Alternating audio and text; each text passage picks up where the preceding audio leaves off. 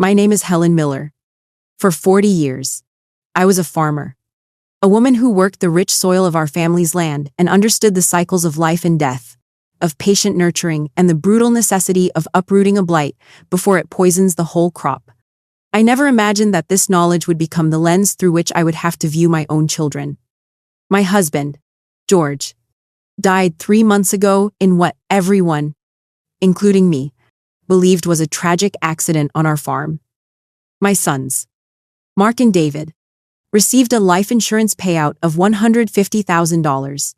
I now know they killed him for it. I now know that their grief was a performance, their love a lie, and their concern for me is just the patient, circling of vultures waiting for their next meal. They do not know that I have discovered their terrible secret. They see a grieving, broken old farm wife. They do not see the matriarch who is about to protect her land and her life with the cold, hard resolve of a prairie winter. Before the accident, our farm in the rolling plains of Nebraska was a sanctuary. It was a beautiful, sprawling property with a large, historic farmhouse that had been in my husband's family for a century. The land was our life's work, a testament to generations of hard work, patience, and a deep, abiding love for the soil. The house was the heart of it all, a place of profound peace, a world my husband, George, and I had cultivated together over 45 years of a quiet, happy marriage. George was the strong, Eddie Oak of our family, a retired farmer who could never truly retire. He was a man of quiet strength and simple pleasures. He loved the land, and he loved his family with a deep, uncomplicated devotion. Our 2 sons, Mark and David, were the center of our world. They were as different as a summer storm and a gentle rain. Mark, the elder, was the storm, brilliant, ambitious, and dangerously unpredictable. He had a mind for business, or so he claimed, but his life had been a series of failed ventures in the city, each one more spectacular than the last. He was always chasing the next big deal, his charm a dazzling, blinding light that often obscured the recklessness of his schemes. David, my younger son, it was the gentle rain, quiet, artistic, and reflective. He was a gentle soul who worked as a high school art teacher in the local town, a job that suited his love for the landscape and his quiet, observational nature. I loved them both with the fierce, unconditional love only a mother can know. I saw Mark's failures as the unfortunate stumbles of a genius. I saw David's passivity as a sign of his gentle, artistic soul. I was their mother. My love was a vast, open field that I had failed to see was being slowly poisoned at the roots. The accident happened on a bright, clear, Saturday morning. George was on a tall, wooden extension ladder, trimming the dead branches of a massive old oak tree that stood near the main barn. I was in my garden, and the boys were in town. The official story, the one the sheriff and the doctors accepted, the one I accepted, was simple and tragic. The ladder, old and weathered, had slipped on the damp grass. He had fallen. I was the one who found him. I came out of the garden to the terrible, unnatural silence of the farmyard. The sight of his broken body, of the shattered ladder, of the tools scattered around him, is a memory that will be seared into my soul for eternity. My sons rushed home from town, their faces masks of pure, unadulterated horror. Their grief was a storm that matched my own. Mark, the strong, ambitious one, collapsed, his body racked with deep, gut-wrenching sobs. David, my gentle son, simply stood, his face ashen, his eyes wide with a silent, bottomless shock. In the haze of grief that followed, my sons were my pillars. Mark, recovering his composure with a speed I mistook for strength, took charge of everything. He handled the sheriff, the hospital, the funeral arrangements. He was a rock, a commander, taking every practical burden off my shoulders so I could drown in my own sorrow. His quiet, efficient wife, Catherine was a silent, supportive presence, managing the household, cooking casseroles we could not eat, her face a perfect portrait of sympathetic grief. David was my shadow, his quiet presence a constant, comforting weight beside me. I was not alone in my grief. We were a family, united in our terrible, shared loss. It was a masterful performance. The life insurance policy was a small one, a simple policy George had taken out years ago. The $150,000 was a comfort, a small cushion against the uncertainty of the future. The money went directly to my sons, as per the policy's terms. I did not give it a second thought. It was about a month after the funeral that the new narrative began. The campaign was orchestrated by Mark, but it was presented as a collective, loving concern. They would sit with me on the porch in the evenings, the air thick with the scent of cut hay and the chirping of crickets.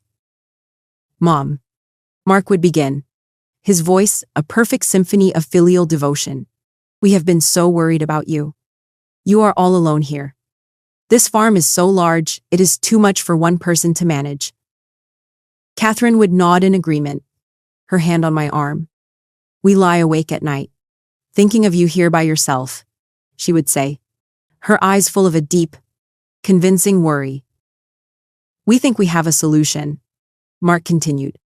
"A way to secure all our futures, and to take this burden off your shoulders. We are a family. We should be investing in our future together." He then laid out his once-in-a-lifetime opportunity. A large agricultural corporation was looking to build a new ethanol plant in the county. He had an inside track, he claimed. They needed to secure land rights from local partners. The returns, he promised, would be astronomical. It would be enough for him to finally launch a real and successful business. It would be enough for David to open his own art gallery. And it would be enough for me to live in luxury for the rest of my life, without a single financial worry. I understood immediately what he was asking. To fund this investment, he needed capital. The insurance money was not enough. He needed the only real asset our family had left, the land, the farm. My refusal was instant. A visceral, protective reaction. "No," I said, my voice quiet but firm. "This is our home. This is your father's land. I will not sell it." What followed was a relentless, grinding campaign of psychological warfare, all of it disguised as love. "Mom, we are only doing this because we love you," Mark would plead, his face a mask of wounded sincerity. "We cannot bear the thought of you rattling around in this big, empty house, struggling to make ends meet. Dad would have wanted you to be secure. It is a way to make something good come from this tragedy," David would add, his gentle voice the most effective weapon of all, because I knew he believed it. He was a pawn in his brother's game, in his good heart, a tool for a dark purpose. They began to gaslight me, using my own grief as a weapon against me. "You are not thinking clearly, Mom," Mark would say with a patient, condescending sigh. "Your grief is making you sentimental, irrational. You are letting your emotions cloud your judgment." They made my love for my home, my desire to preserve my husband's memory, feel like a selfish, foolish act that was holding our family back from a brilliant future. I was exhausted by my sorrow, and every day, I had a little less energy to fight their relentless, circular logic. The first crack in their perfect, loving facade was a small and almost insignificant thing. I was cleaning out George's old workshop, a painful but necessary task, tucked away in the back of a drawer. I found a small, leather-bound notebook. It was his farm ledger. My husband had been a meticulous record keeper. Inside, he had noted every repair, every purchase, every detail of his work on our land. My hands trembled as I flipped through the pages. The last entry was dated the day before he died. It read, asterisk, "The extension ladder has a stress fracture in the third rung support. It is no longer safe. I will take it to the scrapyard tomorrow. I have told the boys not to use it under any circumstances. The world went silent. The air in the small, dusty workshop became thick and hard to breathe. Asterisk. I have told the boys not to use it under any circumstances. Asterisk. He had known the ladder was broken. He would never have used it himself. And he had warned them. I sank onto a dusty stool, my mind a frantic, racing engine, replaying the events of that day. My sons had been in town when it happened. Or so they had claimed. But that morning, I remembered David had been complaining that the oak tree was dropping branches on the barn roof, and I remembered Mark, with a sharp, impatient look, saying, "I will take care of it. Dad. Do not worry." The pieces began to click into place, forming a picture so monstrous, so unthinkable, that my mind recoiled from it. It could not be true. It was a coincidence. A terrible, tragic misunderstanding. My own grief was making me paranoid, just as they had said. I tried to believe that. I clung to that possibility with all my might.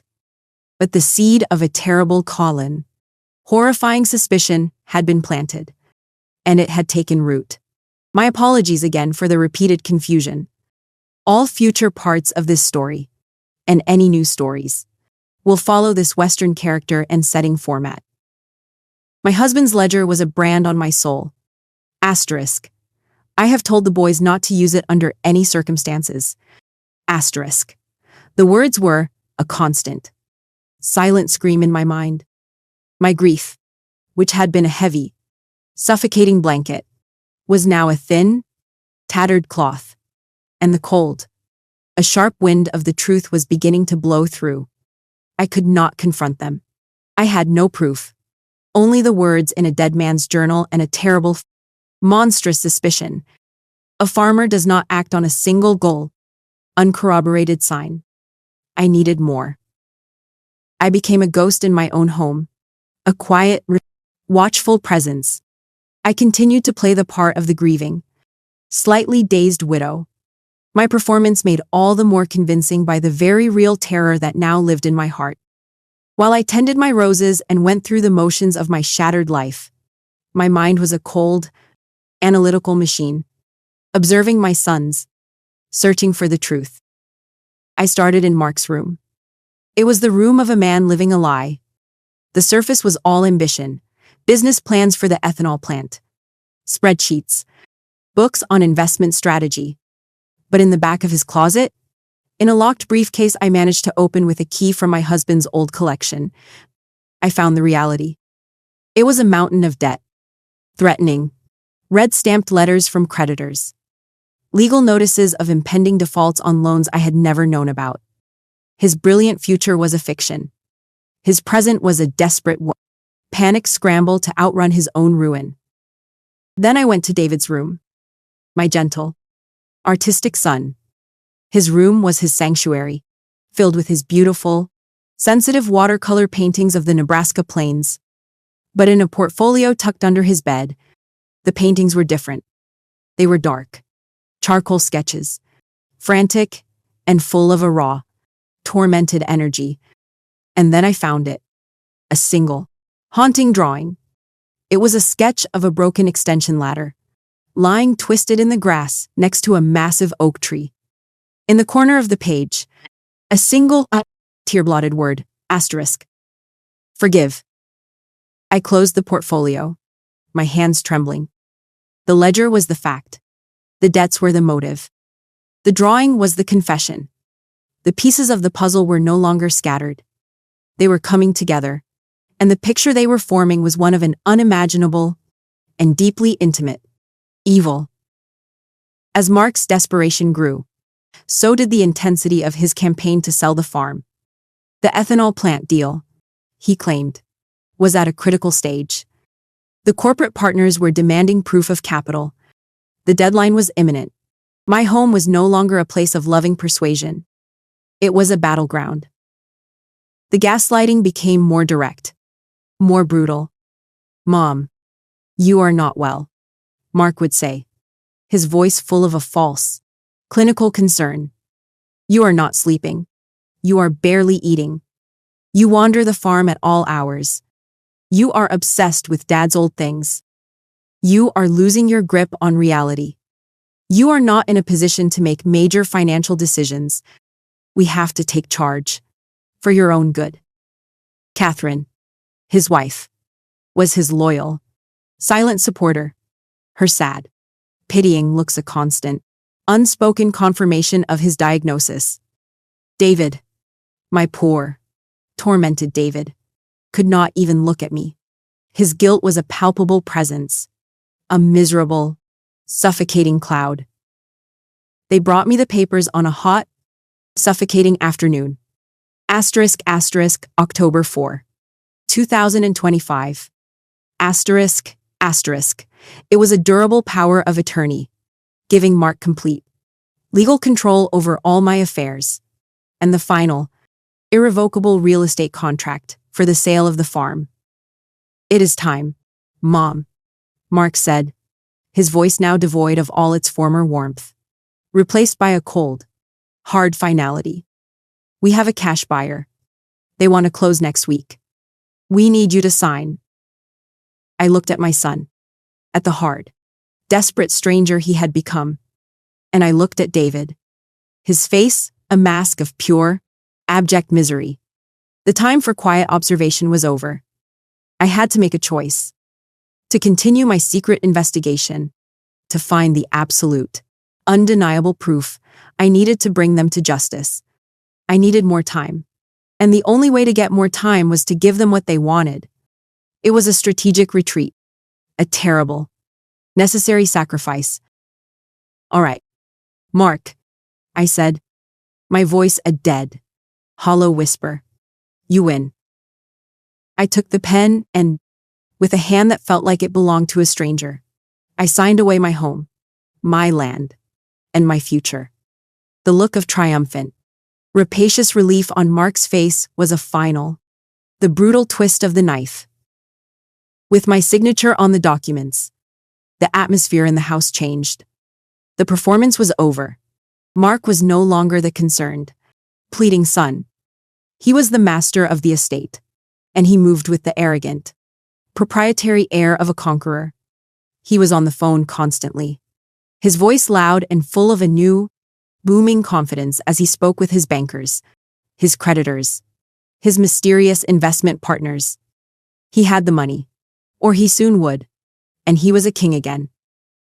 Catherine was a quiet, efficient presence, beginning the process of packing, her movements brisk and unsentimental as she wrapped my life in paper and placed it in boxes. David was a ghost, a silent, miserable shade who would disappear for hours, his guilt too heavy to bear in my presence. And I was a prisoner, a powerless spectator to the dismantling of my own life. The pain of it was a physical thing, a constant, dull ache in my chest. But the true agony was the doubt. Not the doubt of the facts. I knew, with a farmer's certainty, that they were guilty. My doubt was a mother's doubt. Could I truly do it? Could I be the one to bring the machinery of justice down upon my own children? The thought of Mark, my proud, ambitious son, and David, my gentle, sensitive boy. In a prison cell, the image was a form of torture that was almost unbearable.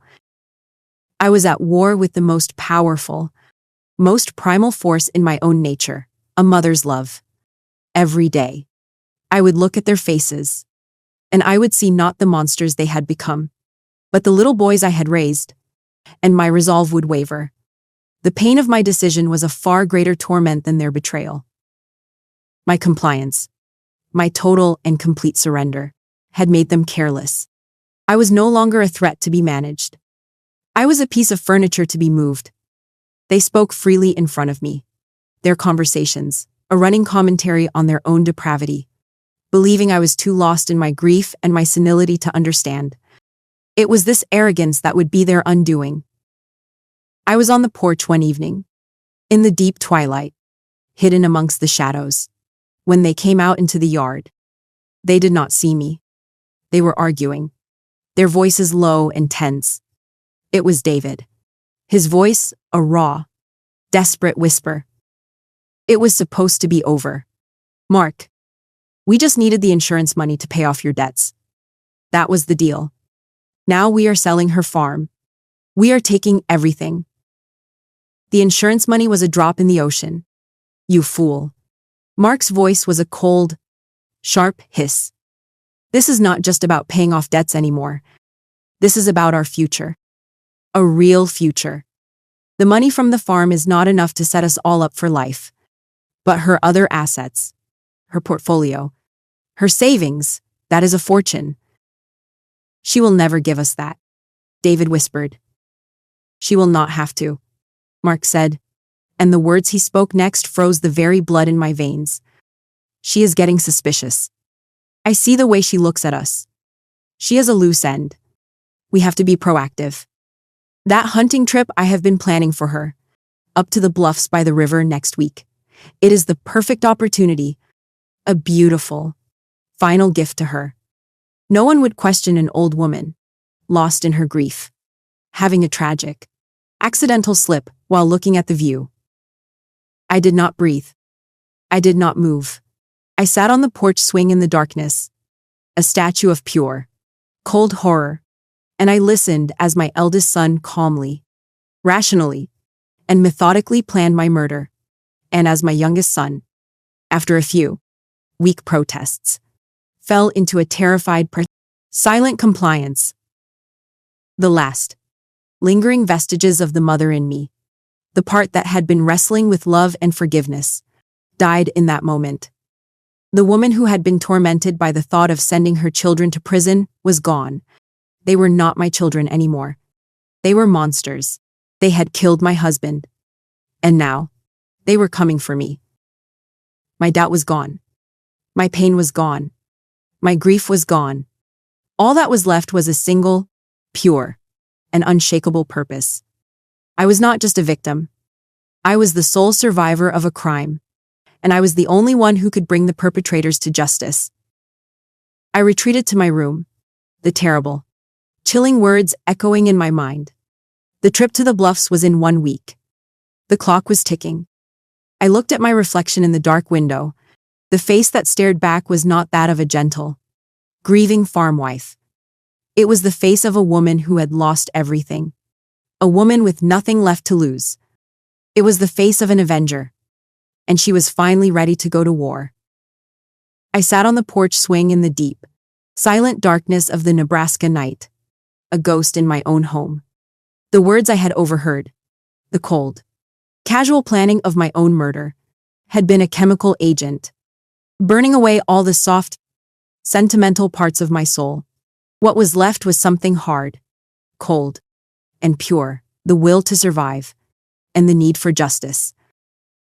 The trip to the bluffs was in 1 week. That was my deadline.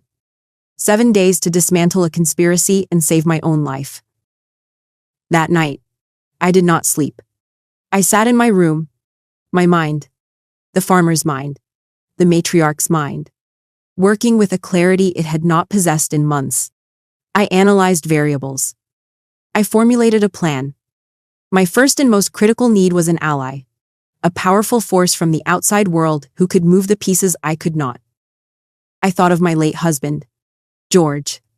He had always spoken with a deep, grudging respect of one man, a former state prosecutor he had known from his days on the county board, a man he called the Omaha Bulldog, a brilliant, ruthless, and utterly incorruptible lawyer named Marcus Thorne. If you are ever in a war against wolves, George had once told me, he is the only man you call. Getting to a phone was my first obstacle. My sons watched me, their concern a suffocating blanket. I used my grief, the very thing they had used against me, as my key. The next morning, I told them, my voice a convincing, broken whisper, that I needed to go to the little country church where their father was buried. I need to talk to him, I said, my eyes filling with real tears for a false reason. I need to ask his forgiveness for selling the farm. It was an act of piety, so steeped in my new role as the broken, grieving widow that they could not refuse. They let me go, assuming I was retreating further into a world of harmless, senile spirituality. I did not go to the cemetery. I drove to a neighboring town, to a dusty, forgotten payphone at a gas station, and I made the call. The man who answered had a voice like gravel and steel. I told him who I was, that I was George Miller's widow. I told him I was in a war against wolves. He was in my small town in less than 24 hours.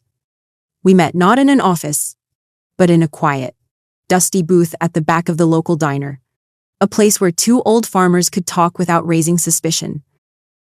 Marcus Thorne was a man in his 70s, his face a roadmap of a difficult, complicated life, but his eyes were the eyes of a bulldog, sharp, intelligent, and missing nothing.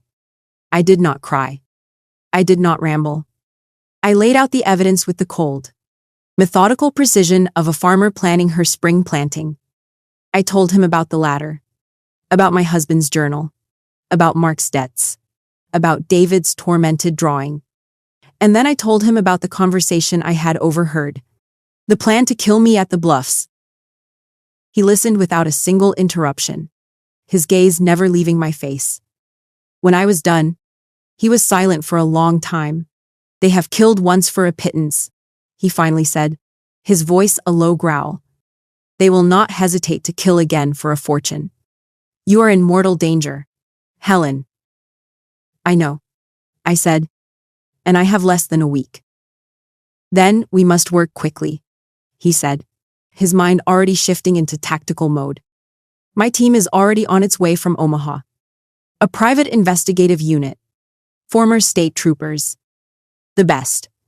They will begin a deep dive into your son's finances, their associates. But we need more. We need their plans. In their own words. We need irrefutable proof. He looked at me, his bulldog's eyes intense. This will be the hardest part.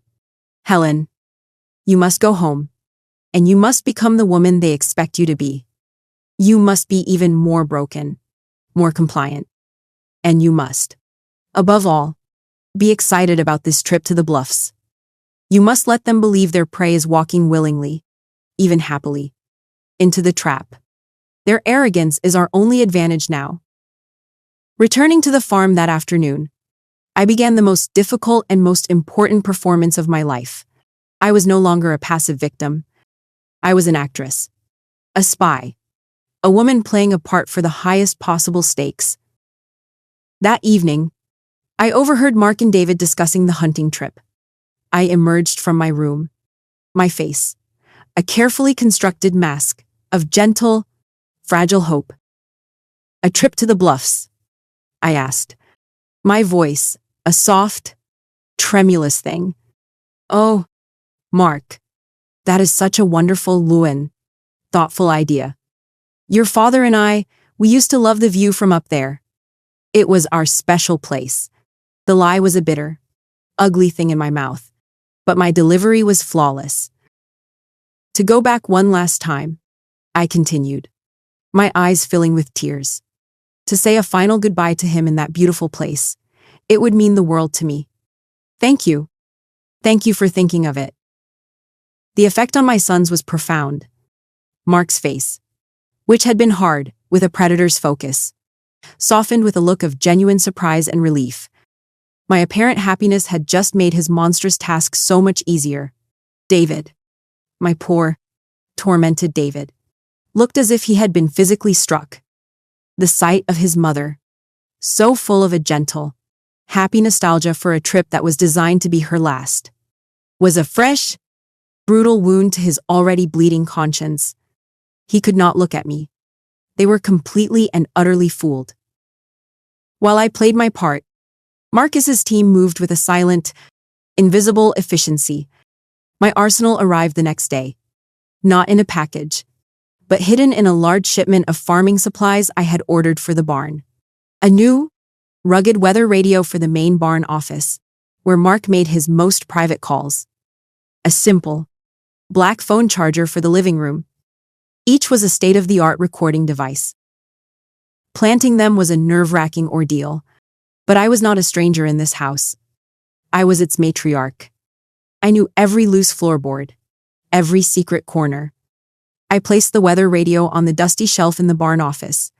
A perfect, unremarkable addition. I swapped the charger in the living room wall outlet. My movements quick and sure. My home, my farm, was now a listening post. My quiet, daily routines became a cover for my new secret work. I would spend my days in the garden and my nights in my room, reviewing the evidence that would save my life and condemn my children. The evidence I gathered was a daily journey into the dark heart of my own family. The clock was ticking down to the trip to the Bluffs, and their conversations became more specific, more urgent, more monstrous. I listened to them finalize their plan. Mark's voice was cold, methodical, a general briefing. His soldier, "We will take the trail up to the main overlook," he instructed David. "It is a sheer 300-foot drop. The rocks are always loose there. I will go with her to the edge to take a picture. I will stumble. I will accidentally knock her over. It will be a tragedy. And me." David's voice was a choked, terrified whisper. "You," Mark commanded, "will be further down the trail. You will be the one who finds her. You will be the hysterical, grieving son. You have had plenty of practice at that."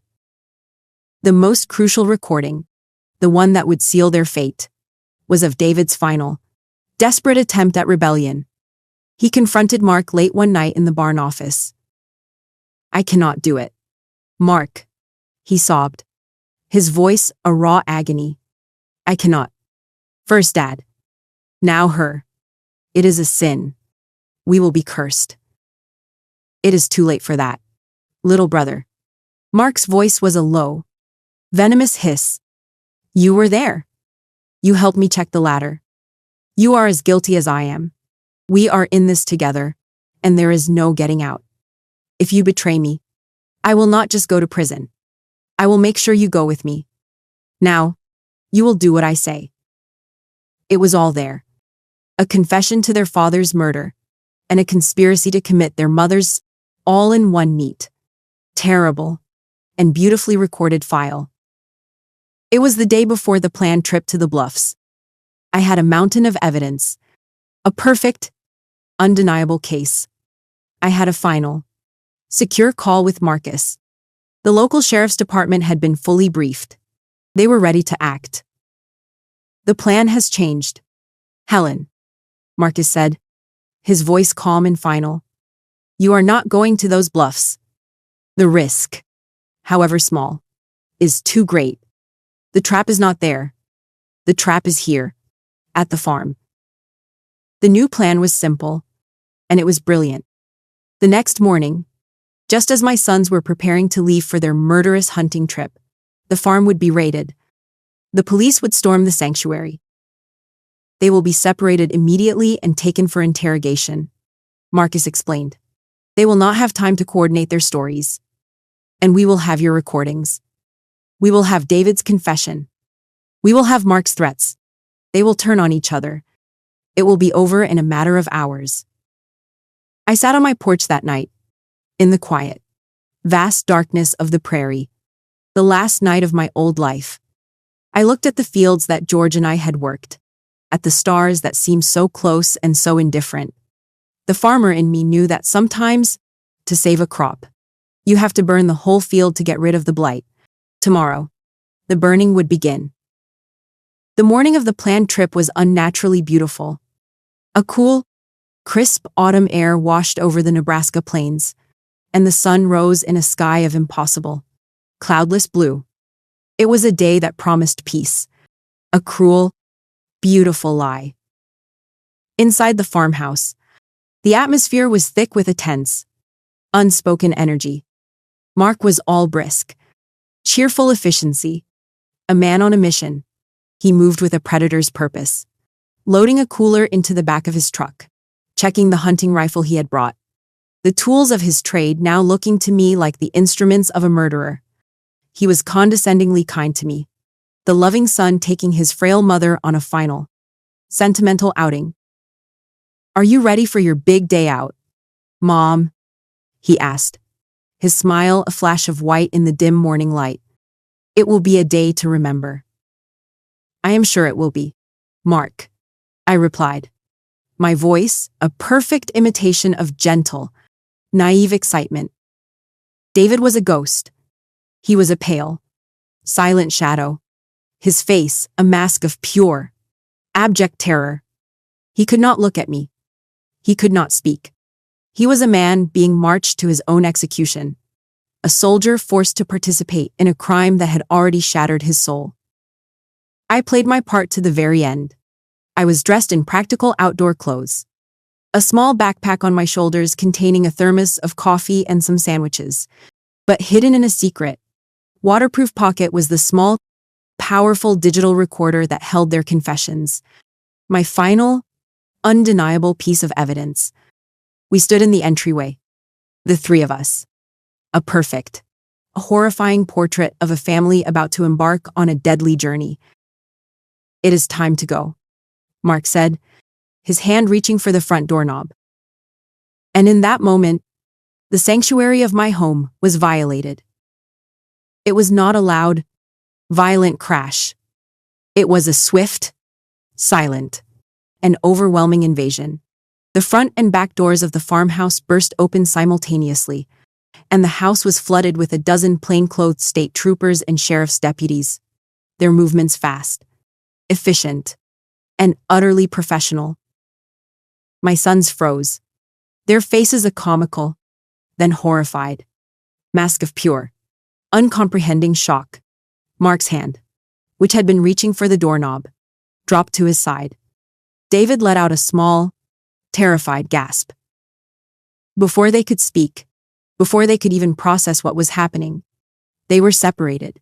Two officers were on Mark, forcing his hands behind his back, his arrogant surprise turning to a sputtering, furious rage. Two other officers had David, who offered no resistance at all. He simply collapsed, his body going limp, a puppet with its strings finally cut. What is the meaning of this? Mark roared. Who are you? There has been a mistake. There is no mistake, Mark. A calm, authoritative voice said. My lawyer, Marcus Thorne, the Omaha Bulldog, walked into the house, flanked by the lead detective on the case. He looked at Mark, his eyes cold and hard. The mistake was yours. As per the plan, they were taken to separate rooms. Mark, still shouting and protesting, was taken to the barn office. David, a sobbing, broken wreck, was taken to the kitchen. They had been separated. They could no longer coordinate their lies. The interrogation was about to begin. I sat at the kitchen table with Marcus and the lead detective as they spoke to my younger son. David was a ruin of a man, his body shaking with deep, convulsive sobs. They did not begin with accusations. They began with a quiet, terrible compassion. Marcus placed a small audio player on the table. David, he said, his voice gentle. We know you are not the architect of this. We know you were manipulated. We know you were threatened. He pressed play. Mark's voice, cold, sharp, and full of a brother's cruel authority, filled the room. Asterisk, we are in this together, little brother. There is no getting out. If you betray me, I will make sure you go with me. David flinched as if he had been struck. He looked up, his eyes wide with a final, desperate, and pathetic hope. He made me do it, he whispered. It was all his idea. We know, the detective said, his voice kind. But we also know you were there when your father died. We know you knew about the latter. And we know you knew about the plan for your mother today. Your brother is going to go to prison for the rest of his life.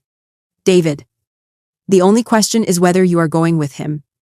Your one and only chance, right now, is to tell us the truth. The whole truth. And he did. It all came pouring out. A torrent of guilt, fear, and a desperate, childlike need to be absolved. He confessed everything. He told them about Mark's debts, about the plan to get the insurance money, about how Mark had kicked the rotted rung of the ladder, making their father's fall a certainty. He told them about the pressure to sell the farm, and about the final, monstrous plan to kill me at the Bluffs. It was a full, complete, and utterly damning confession. Mark was a different animal. He was in the barn office, surrounded by officers, but he was arrogant, defiant, and contemptuous. He had demanded a lawyer, and he was refusing to speak, his face a mask of cold, controlled fury. I walked into the room. Marcus was beside me. The sight of me, calm, composed, and not at all the frail victim he was expecting, seemed to shake him for the first time. "Mom," he said, his voice a low, dangerous growl. "What have you done?" "I have done what you and your father taught me to do, Mark," I said, my voice quiet but carrying in the silent, tense room. "I have protected this farm. I have protected this family." I placed my own small recorder on the desk in front of him. "I believe you will recognize your own voice," I said. I pressed play. His own words, cold and methodical, filled the room. A ghostly echo of his own evil. Asterisk. "We will take the trail up to the main overlook. I will stumble. I will accidentally knock her over. It will be a tragedy." He stared at the recorder, a look of pure, uncomprehending shock on his face. "And then," I continued, "there is the matter of your father." I played the second recording, the one of David's breakdown, Mark's threats, and his own. Clear admission, asterisk, "You were there. You helped me check the ladder." At the sound of his own confession, Mark's arrogance finally, completely, shattered. He did not confess. He did not break down. He exploded, with a roar of pure, narcissistic rage. He launched himself, not at me, but at the small recorder on the desk. His one, futile, and pathetic act of defiance to destroy the evidence, to silence the truth. The officers in the room intercepted him easily, slamming him back into his chair. "You old witch," he screamed at me, his face a contorted mask of pure hatred. "You have ruined everything." "No, Mark," I said, my voice cold as ice. "You did." And then, the final act. The detectives brought a broken, weeping David into the room. The two brothers stood face to face for the last time as free men. The sight of his brother, of his confession in the flesh, was the final blow. Mark's rage turned from me to him. "You," he snarled, lunging against the officers who held him. "You weak, pathetic, sentimental fool. You ruined us. I should have gotten rid of you, too." The beautiful, loving brotherhood, the one I had so cherished, the one they had used as a weapon against me, had completely and utterly dissolved in a final, ugly torrent of mutual blame and hatred. They were led away in separate cars, from separate entrances of the house. A final, symbolic severing of their toxic bond. I stood on the porch of my beautiful, silent, and now twice desecrated home. The farmer in me knew the truth. I had spent my life nurturing the land, growing things. But I had also raised two poisonous weeds, and I had finally, at a terrible and unimaginable cost, been forced to root them out. The farm was safe, but the price of that safety was my own heart. The violent, chaotic energy of the raid was replaced by a cold, sterile, and silent efficiency. My home, my sanctuary, was a crime scene, filled with the quiet, methodical movements of forensic teams. My sons were gone.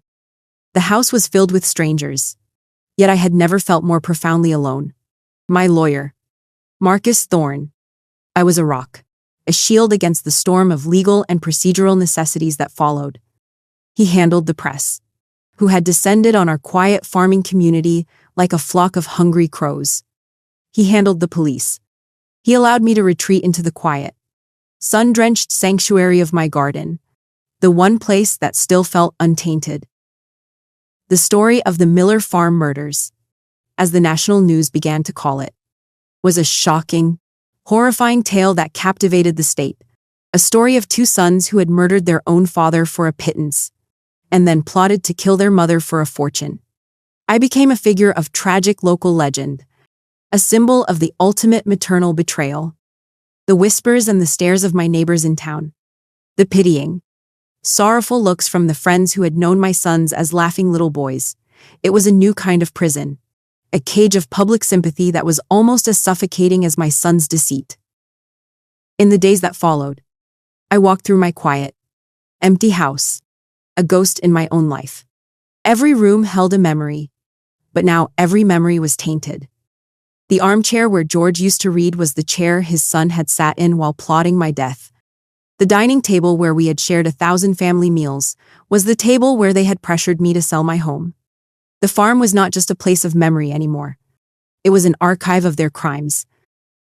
The legal process was a slow, grinding machine, but its conclusion was as inevitable as it was just.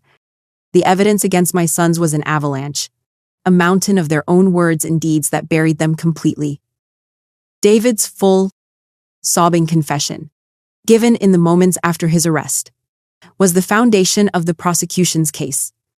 It was a detailed, heartbreaking account of his own weakness, his brother's ruthless manipulation, and their shared, monstrous crimes. My secret recordings were the walls of the prison they had built for themselves. The jury listened in, stunned, horrified silence as Mark's voice, cold and methodical, was played in the courtroom. First, confessing to his father's murder by threatening his brother with their shared guilt, and then calmly planning his mother's. The final, crucial piece of evidence was George's journal, his own voice reaching out from the grave to condemn the children he had loved. The verdicts were a formality. David, for his full cooperation and his clear role as a coerced, remorseful accomplice, was found guilty of being an accessory to the murder of his father. He was sentenced to 20 years in prison. Mark, the mastermind, the architect of his family's destruction, was shown no such mercy. He was convicted of the first-degree murder of his father, George Miller, and the conspiracy to commit the murder of his mother, Helen Miller. The crime of patricide, the ultimate betrayal, carried the highest possible penalty. He was sentenced to life in prison, without the possibility of parole. He would die in a cage, a fate he had so callously planned for me. Justice, in its cold, impartial, and terrible way, had been served. My sons were gone, but my love for them, the deep, primal, and now agonizingly complicated love of a mother, remained. It was an unseverable root, a part of my very being that I could not cut out, no matter how toxic its fruit had become. Mark, from his high-security prison, remained a cold, arrogant silence. He never wrote. He never showed a flicker of remorse. He was a stranger to me now, a monster whose face I happened to recognize. But David, my gentle, lost David, began to write. His letters, on thin prison stationery, were a chronicle of his own slow, painful journey through the hell of his own making. They were not pleas for forgiveness. He knew he had no right to ask for it. They were simple, heartbreaking expressions of a sorrow so profound it felt as if it would drown him. He would write about his father. He would write about his guilt. He would draw small, beautiful sketches of the prairie birds he could see from his cell window. After a year of his letters, I visited him. We sat opposite each other in the stark, gray visiting room, a thick pane of glass between us. He was thinner, his face etched with a sadness that would never leave him. We did not speak for a long time. "I am so sorry, Mom," he finally whispered, his hand pressed against the glass. I looked at my son, the boy whose heart had been good but whose will had been weak, and I felt not forgiveness, but a profound, bottomless, an unending ache. I know. David, I said, my voice quiet. I know. It was not a reconciliation, but it was an acknowledgement. He was my son. I was his mother. And we were both sentenced to a lifetime of living with the terrible goodness, unbreakable truth of what had been done. In the years that followed, I found my own way back to life. I did not sell the farm. I would not let their ugly, greedy dream for it be its final chapter. Instead, I poured my life, my love, my grief into the land. I leased the large corn and soy fields to a trusted local family, but I kept the farmhouse, the barns, and the pastures for myself. The farm became my sanctuary, my purpose, my masterpiece once more. I found a new purpose for the money I had saved, the assets they had failed to steal. I established a small foundation in my husband George's name, a scholarship fund for promising young agricultural students at the state university. Bright, ambitious young men and women who, unlike my own son, would use their ambition to build, not to destroy. Nurturing their futures became a way of honoring my past. My life was a quiet one, a solitary one, but it was not a lonely one. My house was filled with the ghosts of a happy marriage, and my land was filled with the vibrant, living presence of the turning seasons. In a sheltered corner of the farm, I built a large, state-of-the-art greenhouse. Inside, away from the harsh Nebraska winters, I began to cultivate a new, challenging, and deeply rewarding crop, a collection of high-altitude, single-origin coffee plants. My prize varietals were ones I had sourced, through a network of botanists, from the rich, volcanic soil of the Vietnamese Central Highlands, a place of profound and storied agricultural history. The patient, a difficult work of nurturing these foreign plants in a new land was a perfect metaphor for my own healing. Today is October, 4th. It is the anniversary of the day I signed the papers to sell this farm, the day my legal surrender and my secret war began. I am sitting on my porch, a cup of coffee brewed from my own beans in my hand, looking out over the fields. I still write to David once a month. I do not know if I will ever see him as a free man again. But he is my son, and a part of my land, and I will not abandon him to the drought. Mark, I do not write to. He is a blight that has been purged. I often think about my life's work as a farmer.